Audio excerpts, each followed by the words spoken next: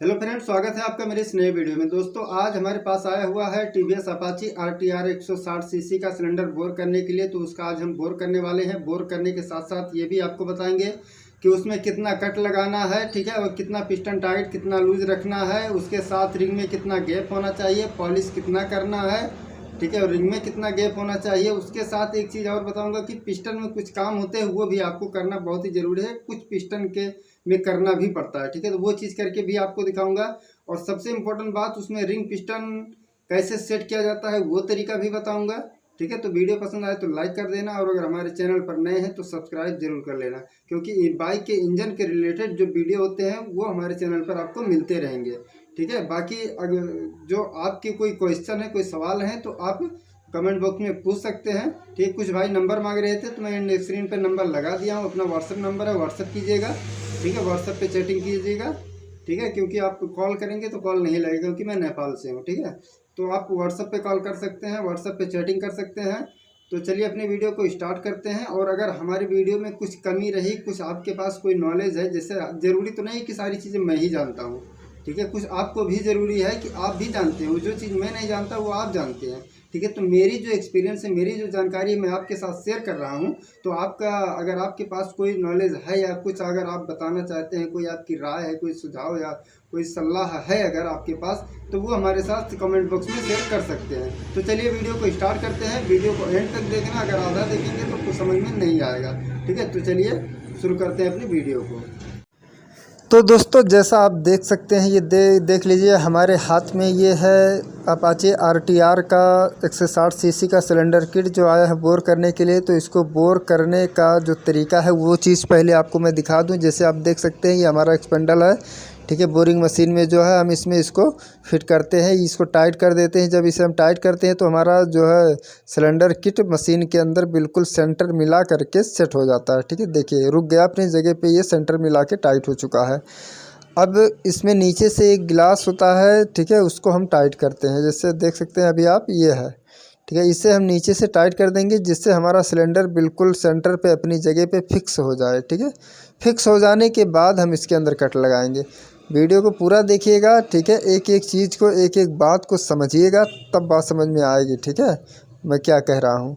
तो देखिए हमने इसको फिट कर दिया। अब वापस से हम इसको फिर से लूज़ कर लेते हैं। जिससे अभी टाइट किया था तो सिलेंडर हमारा सेंटर हो गया था, तो अभी इसको लूज़ कर लेते हैं। देखिए इस तरीके से लूज़ करने के बाद हैंडल को घुमा करके अपने एक्सपेंडल को ऊपर निकाल लेते हैं। ऊपर निकाल लिया, देख लिया। अब इसमें आपको एक सुराख दिख रहा है, ठीक है, जहाँ पर हमारा टूल लगता है कट लगाने वाला। तो उसके अंदर कपड़ा डाल करके अच्छी तरीके से साफ़ कर लेना है, क्योंकि उसके अंदर कचरा नहीं होना चाहिए, ठीक है। उसके बाद हम माइक्रोमीटर सेट करते हैं, जो कि मैंने आपको बता रखा है पिछले माइक्रोमीटर वाले वीडियो में, जिसका साइज़ है 5846, ठीक है, 25 नंबर के लिए। तो हम इसमें 5846 का जो है साइज़ लगा लिए हैं, ठीक है, सेट कर लिया है माइक्रोमीटर का। अब इसको हम डाल देते हैं एक्सपेंडल के अंदर, और हमारा अपना जो मशीन है बोरिंग मशीन, इसको हम स्विच ऑन कर देते हैं, ठीक है। ऑन करने के बाद ये हमारा कट लगना जो है शुरू हो जाएगा,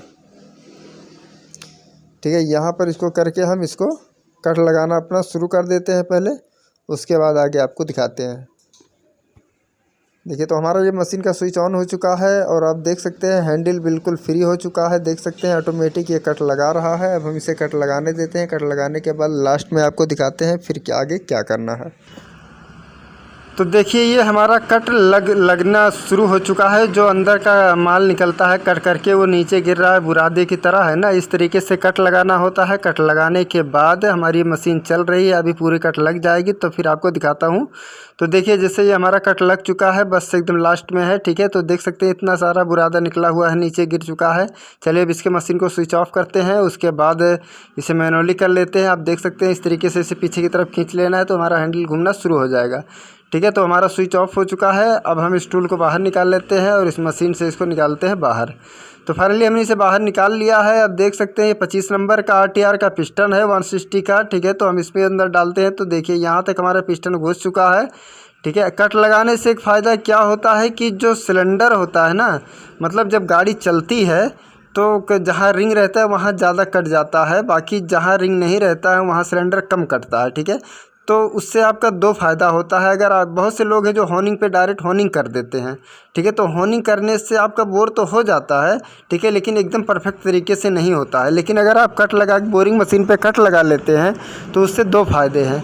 पहला फ़ायदा ये है कि आपका जो सिलेंडर है वो बराबर हो जाता है नीचे से ऊपर तक, मतलब जहाँ माल कम ज़्यादा होता है, कटा रहता है, तो वो बिल्कुल सीधा कर देता है। दूसरा फ़ायदा, आधा से ज़्यादा माल अंदर का आप काट करके निकाल देते हैं, जिससे आपका होनिंग करने में टाइम नहीं लगता है, ठीक है। तो ये दो फ़ायदे हैं। तो देखिए हमारा ये होनिंग हो रहा है, ज़्यादा टाइम भी नहीं लगेगा क्योंकि हमने कट लगा लिया है, कट लगा करके आधा माल अंदर से निकाल दिया है, तो अब हमें टाइम नहीं लगेगा। तो देखिए हमारे honing machine, digital honing machine जिसे कहा जाता है, हाइड्रोलिक होनिंग मशीन है ये, और इसमें मट्टी का तेल जो ऑटोमेटिक है, क्योंकि इसमें पूरा सिस्टम ही ऑटोमेटिक है, ठीक है। और ये पिस्टन रखा हुआ है। एक चीज़ और, जैसे ये कंपनी से जब पिस्टन बन के आती है ना, तो आप बहुत सी ऐसी गाड़ियां हैं, जैसे आपका आरटीआर का हो गया, हीरो होंडा स्प्लेंडर का हो गया, और बहुत सी गाड़ियां हैं जिनमें यहाँ पर अगर आप हाथ लगाते हैं तो थोड़ा धार के टाइप, ठीक है, जैसे धार मतलब हाथ में कट जाए ब्लेड की तरह, थोड़ा धार महसूस होता है। तो अगर इस तरीके का आपको महसूस हो तो आप एक पॉलिश पेपर ले करके इस तरीके से रगड़ करके उसको घिस सकते हैं। अगर घिस देंगे तो इससे क्या होगा कि आप जब भी पिस्टन डालेंगे अंदर, तो आपके सिलेंडर के अंदर कोई स्क्रैच नहीं दिखेगा, ठीक है। अगर ऐसे पिस्टन अंदर डाल देंगे तो थोड़ा स्क्रैच दिखने लगता है, लेकिन थोड़ा घिस लेंगे तो वो स्क्रैच भी मिट जाएगा, ठीक है। तो इसको ज़रा सा आप घिस लिया करें, किसी भी गाड़ी का पिस्टन हो थोड़ा सा घिस लिया करें, ठीक है। लेकिन उससे घिसने से पहले आप एक चीज़ देख लिया करें कि मतलब धार महसूस हो रहा है कि नहीं उंगली में, ठीक है। तो हमने इसे घिस लिया है, बिल्कुल परफेक्ट हो चुका है। अब हम इसकी होनिंग कर चुके हैं लगभग। अब चेक करते हैं कि हमारा ये हो चुका है बोर या नहीं, ठीक है। तो उसको चेक करने के लिए हम इसके अंदर डालेंगे पिस्टन को। देखिए पिस्टन को इसके अंदर डाल दिए है, बिल्कुल हमारा बोर हो चुका है, क्योंकि एकदम फ्री पिस्टन अंदर चला गया है। इसमें हम करेंगे पॉलिश, 300 राउंड तक पॉलिश करेंगे 400 नंबर का पॉलिश पेपर का यूज़ करके। ये 400 नंबर का पॉलिश पेपर है और इस पर हम लगाएंगे 300 राउंड तक पॉलिश, ठीक है। जब ये 300 राउंड पॉलिश हो जाएगा तो ऐसी फिनिशिंग आएंगी तो आप देखते रह जाएंगे, ठीक है, पूरा आईने की तरह चमकेगा। कुछ लोग कहते हैं कम पॉलिश करो, लेकिन मेरा मानना है कि जितना अच्छी पॉलिश करेंगे आप, ठीक है, उतना ही ज़्यादा फिनिशिंग आएगी, और जितनी ज़्यादा फिनिशिंग रहेगी उतना लंबा लाइफ रहेगा उसका। ये मेरा अपना ओपिनियन है, आप हर कोई अपने अपने हिसाब से बताता है, तो उसमें मैं क्या कह सकता हूँ, ठीक है। तो देखिए ये हमारा जो है ऑटोमेटिक पे मैंने इसे डाल दिया, 20-21 राउंड हुआ है, ठीक है। इसे 300 राउंड तक हम पॉलिश करेंगे तो फाइनली हमारा होने को है। देखिए 300 राउंड हमारा पॉलिश हो चुका है। अब इससे हम इसको बाहर निकाल लेते हैं, हाइड्रोलिक होनिंग मशीन से सिलेंडर को बाहर करते हैं, ठीक है। तो हम इसको खोल करके बाहर निकाल लिए हैं, कपड़े से अच्छी तरीके से साफ़ कर लिए। देखिए कितनी अच्छी फिनिशिंग है, पूरा आईने की तरह चमक रहा है, आप अपना चेहरा भी देख सकते हैं, ठीक है। अब इसमें एक ज़रूरी बात, अगर आप एक खराद वाले हैं, आप एक बाइक मैकेनिक है, कोई खराद वाले के पास गए, आपने बोर करवाया, खराद वाले ने रिंग चेक किया या नहीं किया, उससे आपको मतलब नहीं है। आपको अपने गैरेज पे लाने के बाद, अपने वर्कशॉप पे आने के बाद उसका रिंग का गैप ज़रूर चेक कर लेना है, ठीक है। उसमें बराबर गैप होना चाहिए, बिल्कुल परफेक्ट गैप, और दोनों साइड से चेक करना है। कभी कभी क्या होता है, बोर करते टाइम अगर ख्याल ना किया जाए तो ज़रा सा ऊपर टाइट और नीचे लूज़ इस टाइप का हो जाता है, जिससे आपका रिंग एक साइड पकड़ भी सकता है। तो दोनों साइड रिंग को बराबर चेक कर लें, दोनों साइड नीचे और ऊपर दोनों तरफ थोड़ा थोड़ा रिंग डाल करके आपको चेक कर लेना है। इस तरीके से देखिए कैसे मैं चेक कर रहा हूँ, इस तरीके से आपको भी चेक कर लेना है रिंग का गैप। जब चारों तरफ बराबर आपको दिख जाए तो समझ जाइए कि परफेक्ट है, उसको साइड में रखिए। एक चीज़ और दिखा दें आपको कि इसमें पिस्टन देखिए हमारा बिल्कुल फ्री है, एकदम परफेक्ट फ्री, अंदर तक चला गया है, ठीक है। क्योंकि ये पहाड़ में चली गई गाड़ी, इसलिए हम इसका जो है बोर थोड़ा सा लूज़ किए हैं, ठीक है। बाकी गाड़ियों के अकॉर्डिंग इसका थोड़ा लूज़ किए हैं बोर, क्योंकि ये पहाड़ में दौड़ेगी गाड़ी, ठीक है। अगर पहाड़ में ज़्यादा लोड होता है तो रिंग घिसने का डर ज़्यादा रहता है, ठीक है। हमारे यहाँ पहाड़ बहुत ज़्यादा है। अब बारी आती है, हमने इसे भी घिस लिया है, बराबर कर लिया है, ठीक है। तो अब चलिए हम इसका रिंग सेट करते हैं। रिंग सेट करने के लिए सबसे पहले देखिए 5 रिंग होते हैं, एक स्पेंडल, 2 ऑयल और 2 कंप्रेसर, टॉप 1 और टॉप 2, ठीक है। तो सबसे पहले क्या करना है, ये जो स्प्रिंग वाला रिंग आपको दिख रहा है, ठीक है, इसको अगर हम इस तरीके से लगाएंगे, ठीक है, तो ये यम बनता है। लेकिन अगर इसके अपोजिट उल्टा लगाते हैं तो ये डब्लू बनता है। इस चीज़ को आपको ध्यान देना है, आपको हमेशा यम में ही फिट करना है, ठीक है। ये डब्लू हो गया तो हमें इस तरीके से लगाना है यम में, ऐसे। और एक चीज़ और बता दूं आपको कि जैसे ये आपको दिख रहा है इन लिखा हुआ है, मतलब इनटेक जो बड़ा वाला वाल है कार्बोरेटर की साइड में, ठीक है। और दूसरा जो साइड हमारा दूसरा सिरा है, ये है एग्जॉस्ट, जो कि साइलेंसर के साइड है, ठीक है। अब ये हो गया सिलेंसर और ये हो गया कार्बोरेटर, ठीक है, कार्बोरेटर, इनटेक और एग्जॉस्ट। अब इसमें हम डालेंगे स्प्रिंग वाला रिंग, ठीक है, एक्सपेंडर। तो इसमें स्प्रिंग यम बना करके ये जो आपको दिख रहा है इसके बीचों बीच में आपको निशान लगा के दिखा देता हूँ। ठीक है, ये एकदम बीचों बीच मतलब कार्बोरेटर साइड में एग्जॉस्ट वाले वाल के साइड में बिल्कुल उसके जस्ट सामने बीचों बीच में आपको उसका जॉइंट रखना है। ध्यान से देखिएगा, यहाँ से आपका वीडियो बहुत इंपॉर्टेंट है, इस चीज़ को आपको बहुत ज़रूरी है देखना। ठीक है, एक बार ये सेटिंग करके देखिएगा, सारी सेटिंग आप भूल जाओगे, फिर ज़िंदगी भर इसी सेटिंग पे रुक जाओगे। ठीक है, एक बार ट्राई ज़रूर करना। उसके बाद इसको जस्ट आपको पलट लेना है। पलटने के बाद जो नीचे वाला ऑयल रिंग है उसको आप आगे की तरफ और जो ऊपर वाला ऑयल रिंग है उसको पीछे की तरफ आपको सेट करना है।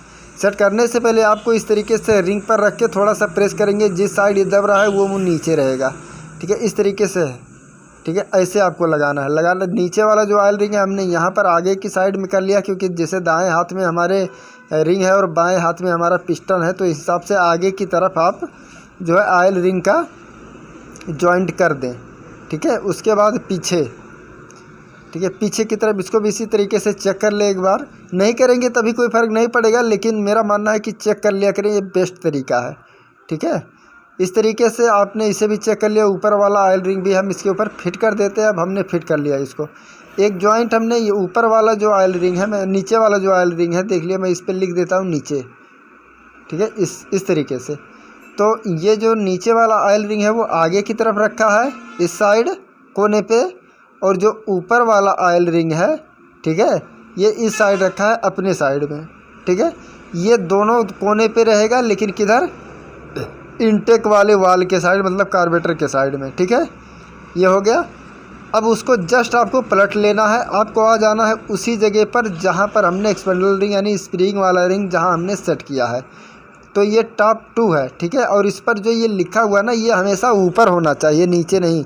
इस चीज़ को भी आपको ध्यान देना है, ये हमेशा ऊपर होना चाहिए। ये जो आपको निशान दिख रहा है जहाँ आपने स्प्रिंग वाला जॉइंट किया था यम बना करके, ठीक उसी जगह पे इसका जॉइंट आपको रखना है इस तरीके से। ठीक है, इस तरीके से उस पर रखने के बाद उंगली वहाँ पर आप रख ले ताकि रिंग घूमे ना। फिर आपको पिस्टन को पलट लेना है जस्ट उसके अपोजिट, मतलब इनटेक वाल की तरफ, मतलब कार्बोरेटर के साइड में आपको टॉप 1 का जॉइंट करना है यहाँ पर। ठीक है, आपको दिखा दूँ यहाँ पर बीचों बीच में। ठीक है, आपको ये टॉप 1 का भी यहाँ पर रखना है। इस तरीके से घुमा करके आपको रिंग को बैठा लेना है। रिंग बैठाते टाइम आपको ध्यान देना है भाई, हल्के हाथ से बैठाना, वरना रिंग टूट सकता है। ठीक है, टॉप 1 तो नहीं टूटेगा, लेकिन टॉप 2 टूटने का डर बहुत ज़्यादा रहता है। तो जो नए मैकेनिक हैं उनसे ये गलती होती रहती है। ठीक है, तो देखिए यही है तरीका रिंग सेट करने का। ठीक है, एक नीचे की तरफ ऑयल रिंग, ठीक है, इधर एक ऑयल रिंग और एक उधर, उसके बाद टॉप 2 यहाँ और टॉप 1 यहाँ। ठीक है, थोड़ा सा इसे आगे कर लेते हैं, थोड़ा साइड में है, देखिए थोड़ा ये जा नहीं रहा है, हाँ देख लीजिए। ठीक है, यहाँ पर, ठीक है, जो टॉप 1 है वहाँ और टॉप 2 यहाँ, मतलब आमने सामने। ठीक है, तो टॉप 1 कार्बोरेटर के साइड हो गया, टॉप 2 जो है सिलेंसर के साइड हो गया। इस तरीके से रिंग पिस्टन को सेट करना होता है। करने के बाद इस पर लाजमी है कि आप थोड़ा सा मोबिल ऑयल जो होता है उसको लगा लें, अच्छे तरीके से ऑयल लगा लें, सिलेंडर भी लगा लें, उसके बाद इस तरीके से इस पर बैठा दें। ठीक है, इस तरीके से फिट करने के बाद एक बार इस चीज़ को आप अप्लाई कीजिए, एक बार ट्राई कीजिए, इस तरीके से रिंग पिस्टन को सेट कीजिए। अगर आपको अच्छी रिस्पॉन्स मिले तो फिर इसी तरीके से सेट करते रहना, क्योंकि मैं ये जो आपको बता रहा हूँ, मेरा ये लगभग मैं 13-14 साल से, ठीक है, इसी तरीके पे सेट कर रहा हूँ। ठीक है, और कोई फार्मूला आज तक मैंने अपनाया नहीं। ठीक है, तो वीडियो को लाइक कर देना और हमारे चैनल को सब्सक्राइब ज़रूर कर लेना। ठीक है, फिर